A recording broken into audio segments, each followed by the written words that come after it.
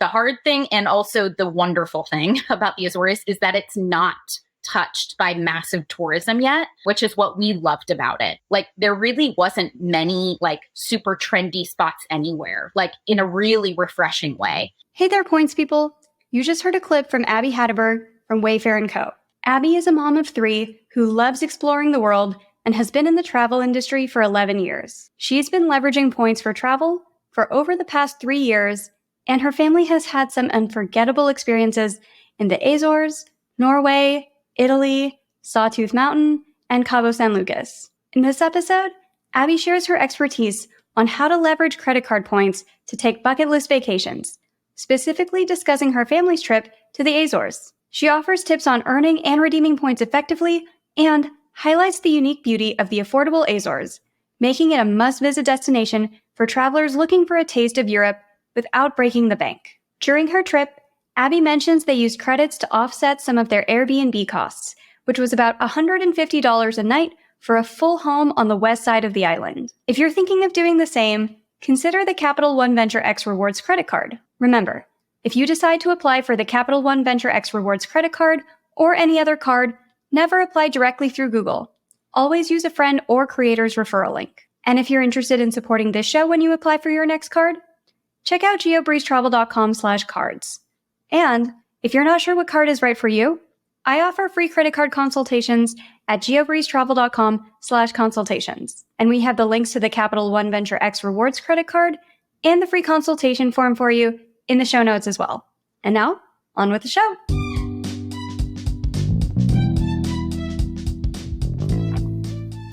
Welcome to the Geobreeze Travel Podcast, a show for anyone wanting to level up their travel hacking lifestyle. I'm your host, Julia Menez. I'm a travel hacker, coach, speaker, Filipina-American ENTJ who loves solid travel gear and using shortcuts on spreadsheets. On this show, I'm on a mission to bring you travel hackers from all walks of life to help you level up your travel hacking game. We dive into credit cards, miles, points, strategy, mindset, and the secrets behind how to travel the world for next to no cost. So let's get hacking. Hey, Abby, welcome to the Geobreeze Travel Podcast. Hello, Julia. Thanks so much for having me. Of course. I am so excited to have you here today. And we're going to talk about the Azores, which I've never been to. And I hear it's a little tricky to get there on points, but you flew a whole family there. So yeah, it is. I feel like it's definitely like a up and coming destination. I would still definitely classify it like as a hidden gem for sure.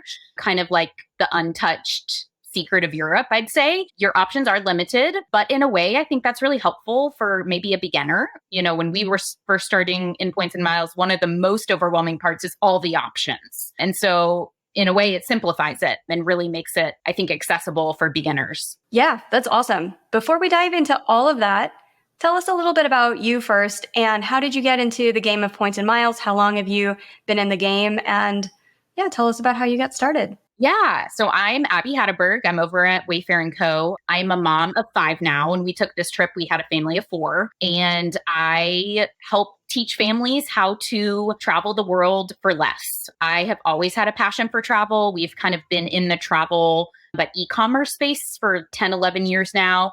And just recently in the past few years have kind of shifted our focus to really help people kind of back to the heart of why we started our business, to get people to get out there and go. So yeah, I help equip families, most beginners, on how to leverage your credit card points better to help take those bucket list vacations that you've kind of always been dreaming about. So yeah, so that's a little bit about me. We're in Dallas, Texas. How did you transition from e-commerce into Points and Miles? So we had, for 10 years now, we've had a travel-based e-commerce business. And the reason we started it was to inspire people to get out there and go. So we sold pushpin travel maps, like pin where you've been, pin where you want to go. And then just recently in the past few years, you know, it's so hard to get engagement on social media with like product-based pages.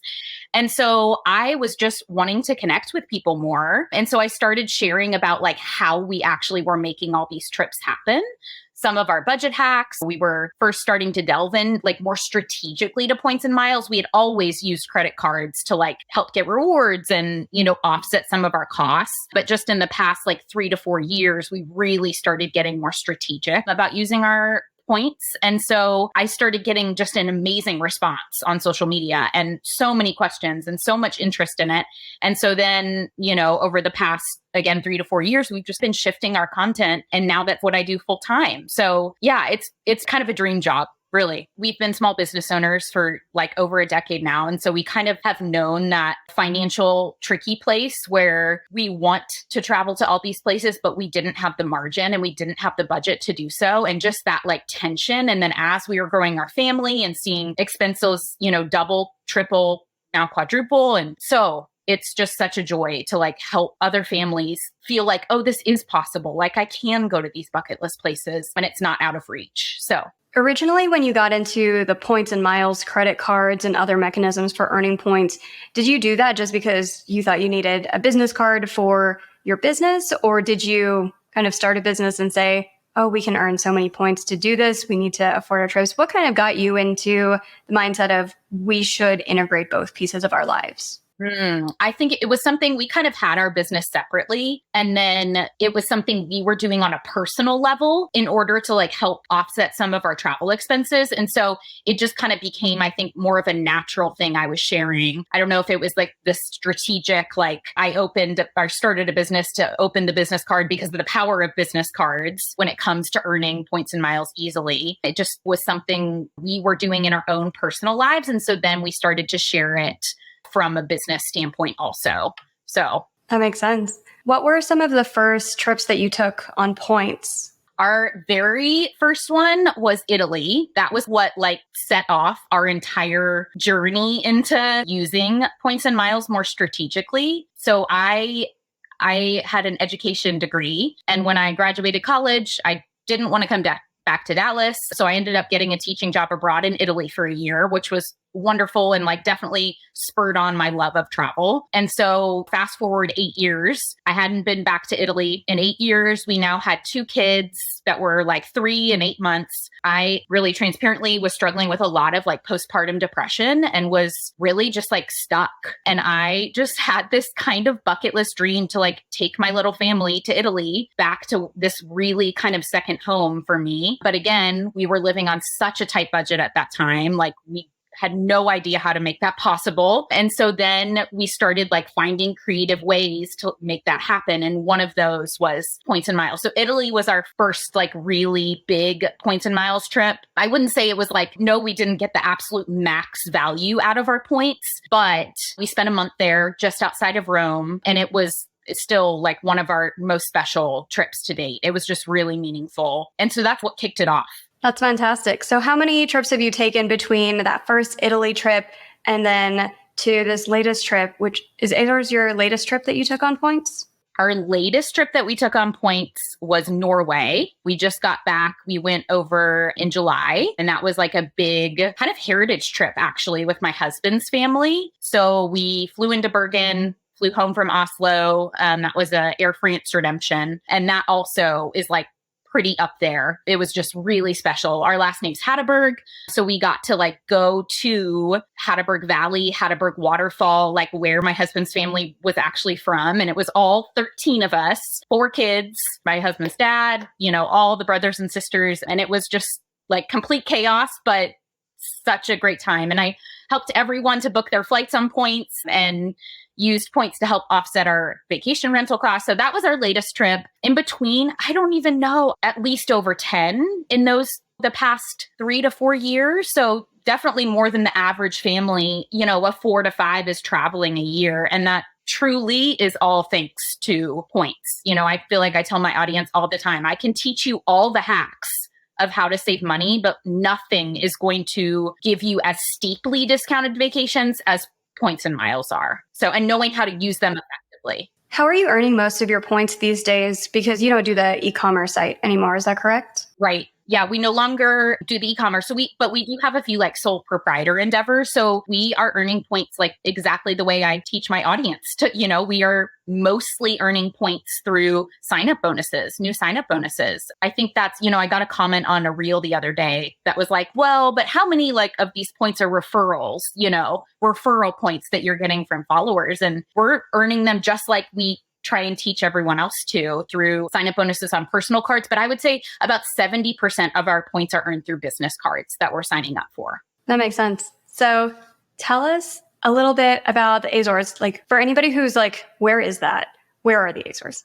Okay, let me dive in. I was going back through my highlights on our Instagram page before hopping on here to like refresh myself and be able to make some good recommendations. And I was just reminded of it is such a magical place. Like it really just feels like an untouched, like hidden gem of Europe. They call it the Hawaii of Europe. So it is technically a part of Portugal.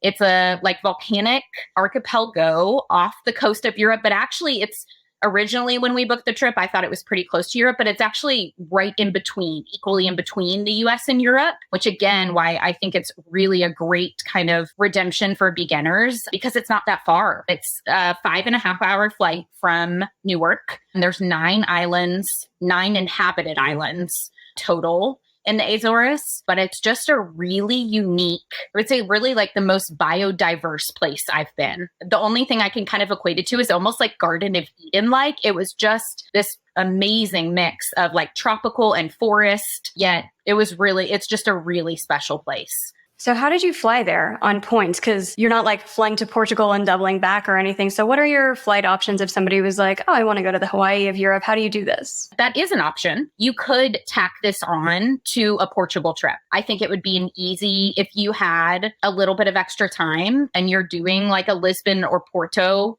trip, there's, very cheap budget airline flights, 100 or less, where you can fly over to São Miguel is the largest island and the most developed, which is where we spent all of our time. So I think that's one option. You can tack on, maybe say a Great Redemption. Air France is my favorite for getting to Europe, transferring your points to Air France, and then tacking on, say, a budget airline flight to the Azores. Option 2, which is what we did, was fly via a United flight. So Delta used to actually have a nonstop flight, I believe from Boston, but when COVID hit, they got rid of that flight. So United, I believe it was like May of 2022, right before we went, they started a nonstop flight from Newark to Ponta Delgada, which is the main capital city that pretty much all flights fly into. So they are the only ones that operate a nonstop flight from Newark to Ponta Delgada. There are a few nonstop options with the Azores Airlines, but obviously that's not as hackable with points. So United is a great starting place. United prices just went up. So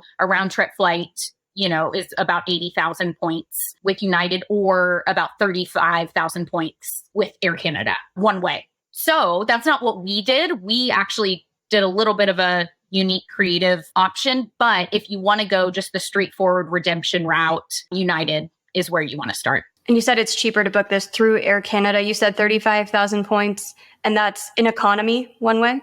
Yep.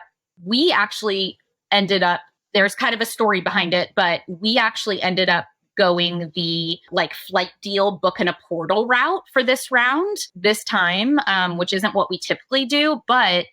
And I feel like I always tell my audience, like, don't book in the portal. You're not going to get, the best value there. But in this case, it actually really ended up being equal to or a bit less than transferring our points to an airline partner. How much did it cost?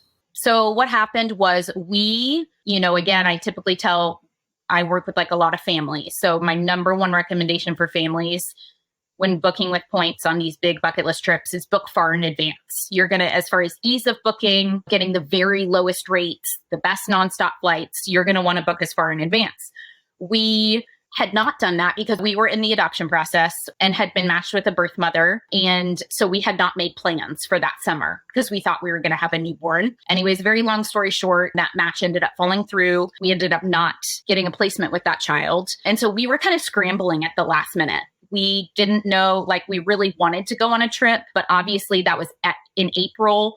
I'm looking at all the, point redemptions with all the airlines, and I can't find anything that's, in April looking for June, July, that's a reasonable rate. And so we were just kind of sitting around what are we going to do? We really wanted to go to Europe, but it was not looking possible. Again, that just the key of booking so far in advance, 10 to 12 months in advance. And then we are in this CPR class. For adoption, you have to go to all these trainings. We're in the CPR class, and on one of the breaks, I get a notification on my phone from Going, formerly Scott's Cheap Flights, about an Azores flight deal, which the Azores had kind of been like the number one place on my bucket list. And it was for like $575 flight, round trip flights to the Azores Islands. Typically, those flights, I would say, peak summer are at a minimum $1,000. And so that was a really solid deal. So we, at that time, there was no transferable solid option. So we rushed home, and like within 10 minutes, we had booked these. Basically, we then went to the Chase travel portal where our points are worth 1.25 times more.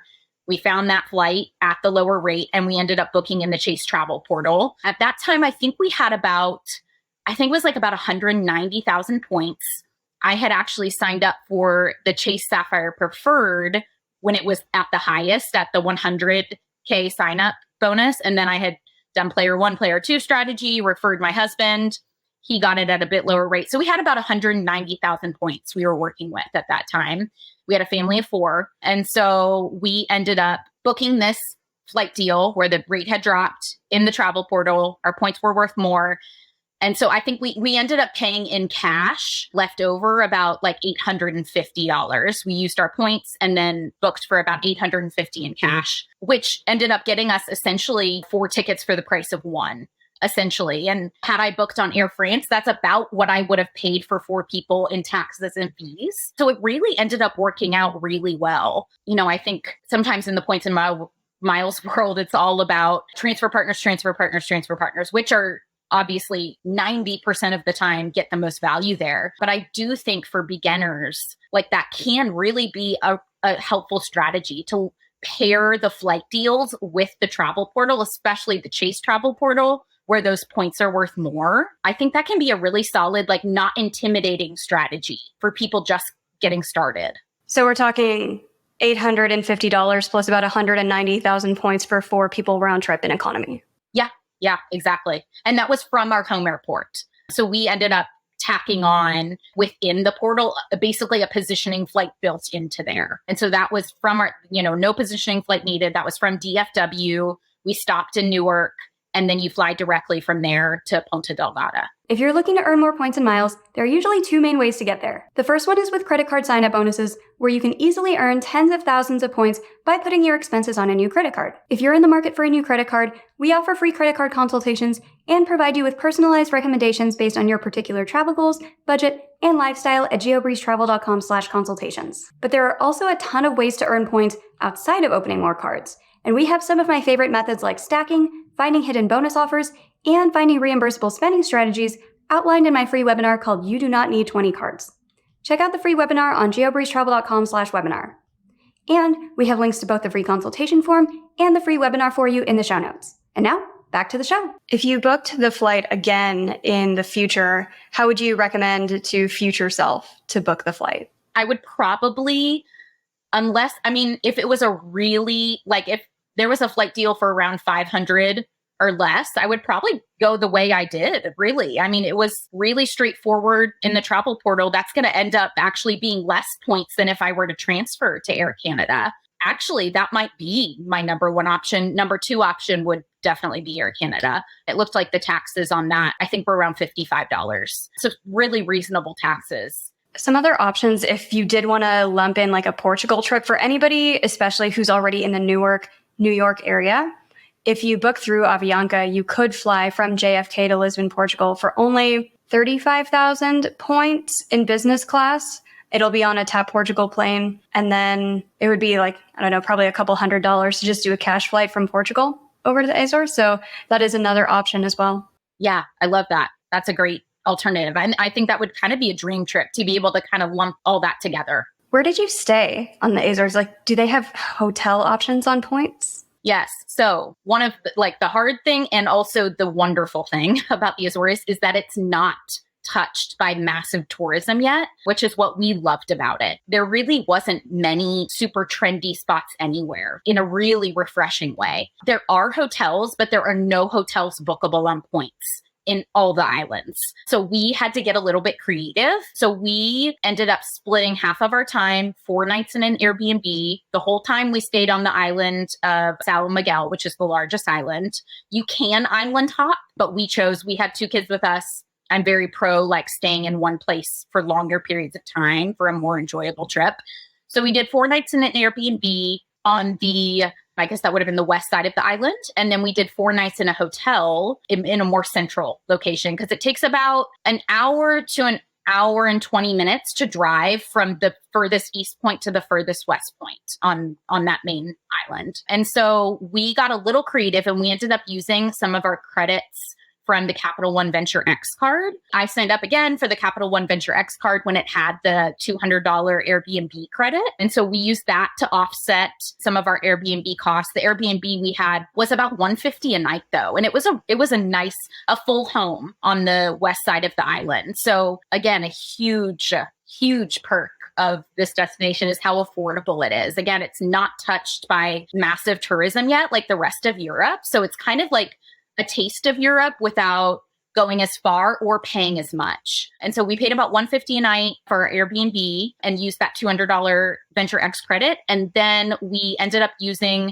booked our hotel within the Capital One Venture portal and used our $300 annual credit with the Venture X as well there to help. So that, in savings, that saved us about $500 on our accommodations because there wasn't any point options. But that did help really offset some of our costs. How much was it after you applied the $500 credit? How much was left to pay? Yeah. So with the Airbnb, it was $150 a night. You add on cleaning, et cetera. I think that one turned out to be like $770. So minus $200, we were paying a little over $500 for that Airbnb for a family of 4 for 4 nights. So, I felt happy with that cost.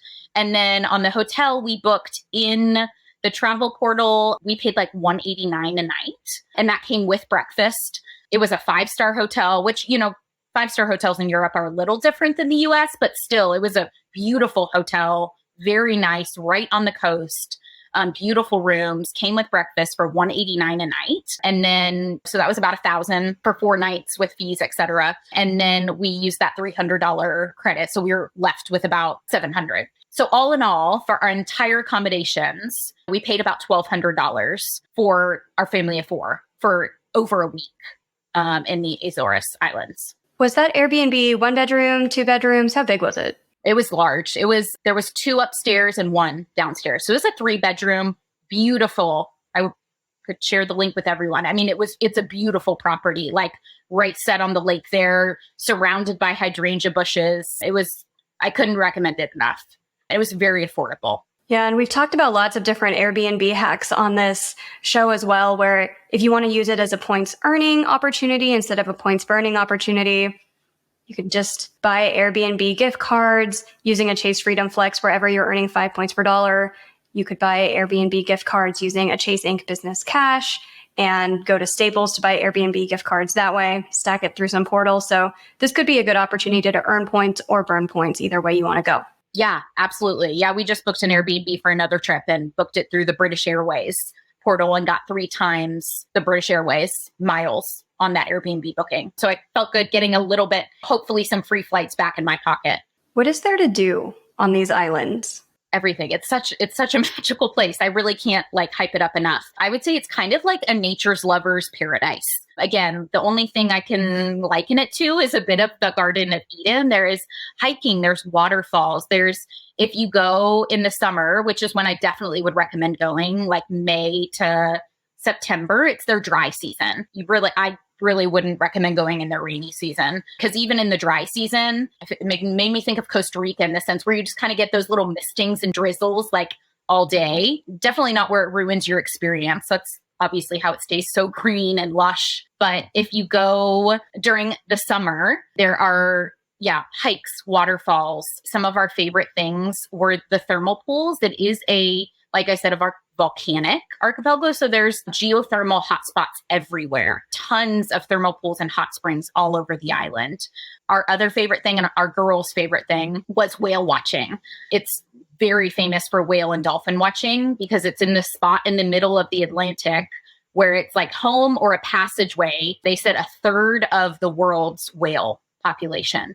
So I feel like if you go to the Azores, you have to go on a whale and dolphin tour. We used the Azores Getaways, and they had some deals where it was like sign up for their email list and you get like, I think it was $100 off our tour. Let's see what else. The beaches. They have black sand beaches there, which are really unique. We spent a ton of time at those black sand beaches with just like the most majestic cliff backdrops, just such unique landscapes.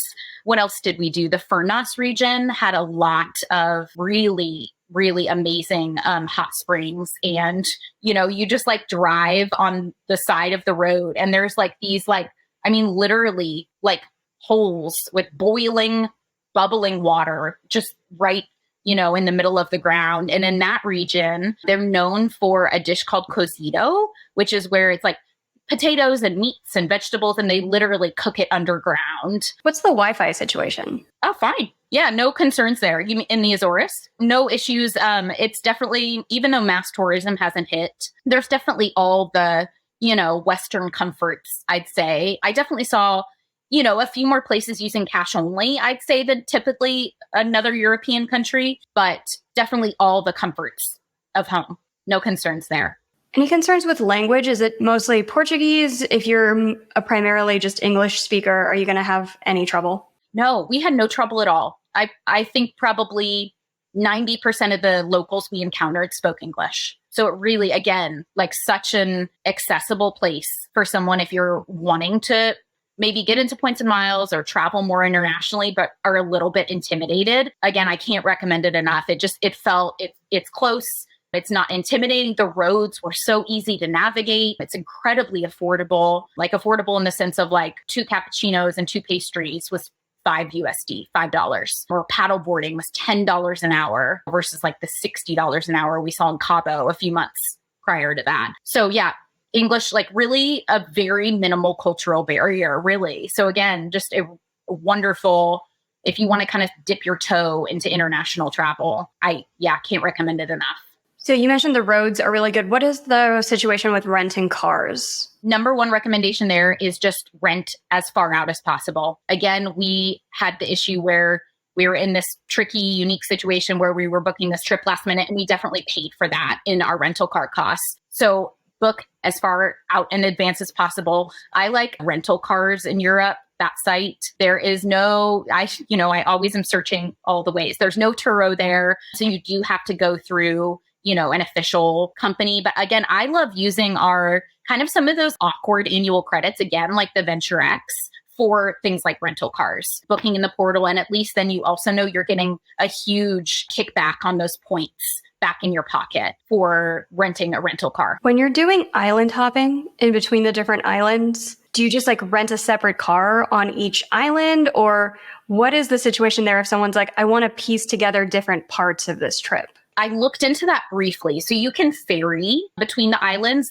There are flights, which are, you know, like, I think it's the quickest flight in the world. It's like a 15-minute flight that are reasonably priced, or you can ferry over. And then once you get there to these smaller islands, obviously your options are going to be a lot more limited. So when I briefly looked at it, the rental car prices were a lot higher, and it seemed like it would be more cost effective to just rely on, say, a tour or local taxis, because actually on those smaller islands, the rental car prices were higher than on São Miguel. Well, I think we covered how to get there with flights with United, using the portal versus using the usual transfer partners, hotels, rental car, language, Wi-Fi, all of the different things to do.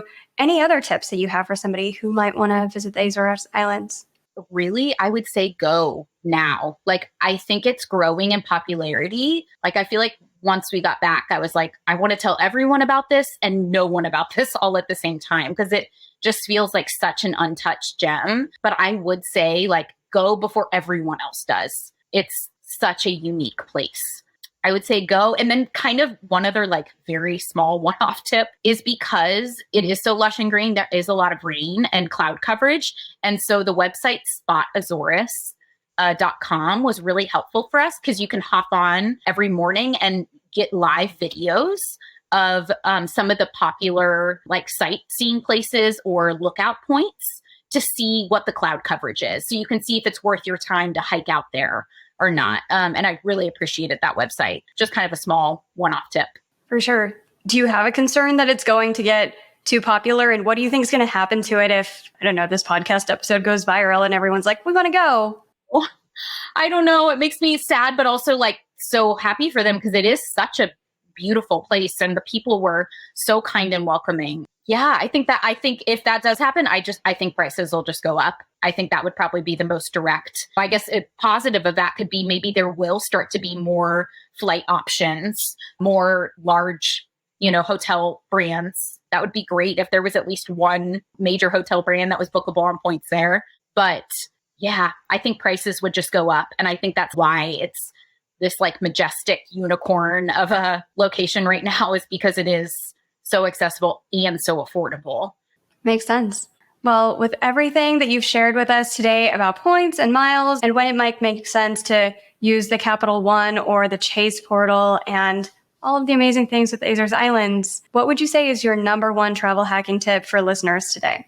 I don't know, maybe it's an unpopular opinion and I may get some kickback on it, but I am not one of those reward travel hackers that is obsessed with my redemption value. I am a mom of 3. I work part-time. I am a full-time stay-at-home mom. I homeschool my kids. I don't have a ton of margin.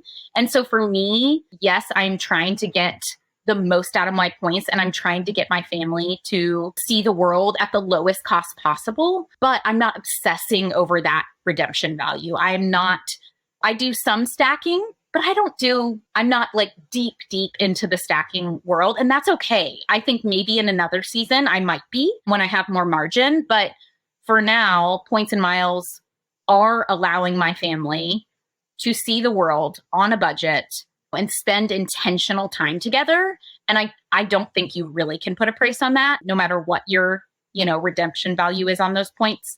So yeah, I guess I just always say if it brings you joy and it has brought your family intentional time together in a new place in the world, like that's the best redemption I think that you're going to get. Yeah, I think that's always important to kind of bring back, is that there's lots of different ways to live a travel hacking lifestyle. There are levels to this. So if your first redemption is, you say, $400 on a Southwest flight, that's totally cool. That's good. Yeah. And don't stress about that. Like that's a win. You saved $400 that got you somewhere that you might not have gotten otherwise. So yeah, that's a win. And if you accidentally cashed out 40,000 points to buy some Roombas or some magazines, we'll just laugh about it later. Yep, exactly. I was just talking about that on my stories the other day, like an iPad or, Bali, like what, I don't know. I know what I would choose, and RIP to like all the gift cards that I redeemed 10 years ago for my travel points, but you don't know what you don't know. And all you can do is do better moving forward. So yeah, there's definitely levels to it. And if you're still at the starting level, that's completely fine. And then you can move eventually from like good to great if you want to. And there's nothing saying that you have to. Yes, exactly. I think it also is like very kind of a bit easy to lose sight of in the points and miles world. Like just remembering what a privilege travel is. Like there are so many people that don't get to experience this. So even just getting to go to one new destination, like how immensely privileged we are to get to do that. And with points and miles making it possible, I always try and keep that like front of mind. Like this is such a privilege to be able to do this at all. I always think back to one Turkish Airlines business class flight I was on where there was a guy screaming at the staff because we had a plane change and it wasn't like the model of the plane that he signed up for.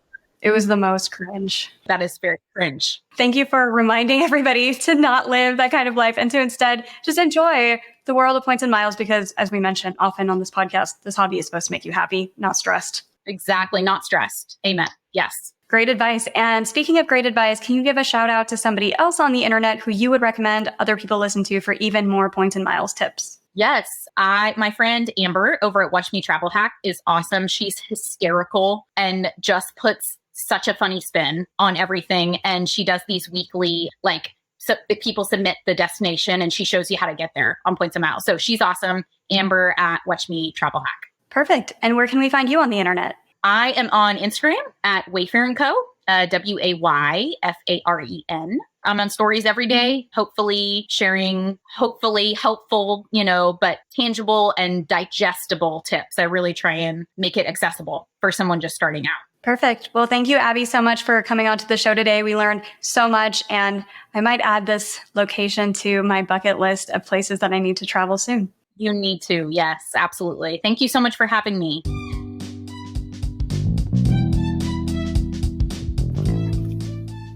Thank you so much for listening to today's episode of the Geobreeze Travel Podcast. If any of the cards mentioned in today's episode piqued your interest, please check out the links in the show notes for more information on any of the cards. Also, if you apply for a card using the links on that page, I may receive a commission too, so please and thank you. P.S. I hear the links work better in Internet Explorer or Safari, and sometimes the credit card applications tend to glitch out in Chrome. Additionally, it would mean the world to me if you could subscribe to this podcast, leave a 5-star review, and share it with a friend. And if you would like to make even more travel hacking friends, please sign up for the Patreon to access our monthly masterclass hangouts. We dive deep into a particular points program each month, and you'll get to ask all of your travel hacking questions and enjoy being around other people who enjoy points and miles just as much as you and I do. If you would like an invite to the next one, head over to geobreezetravel.com/hangouts to sign up to be on the invite list. Take care and happy travels!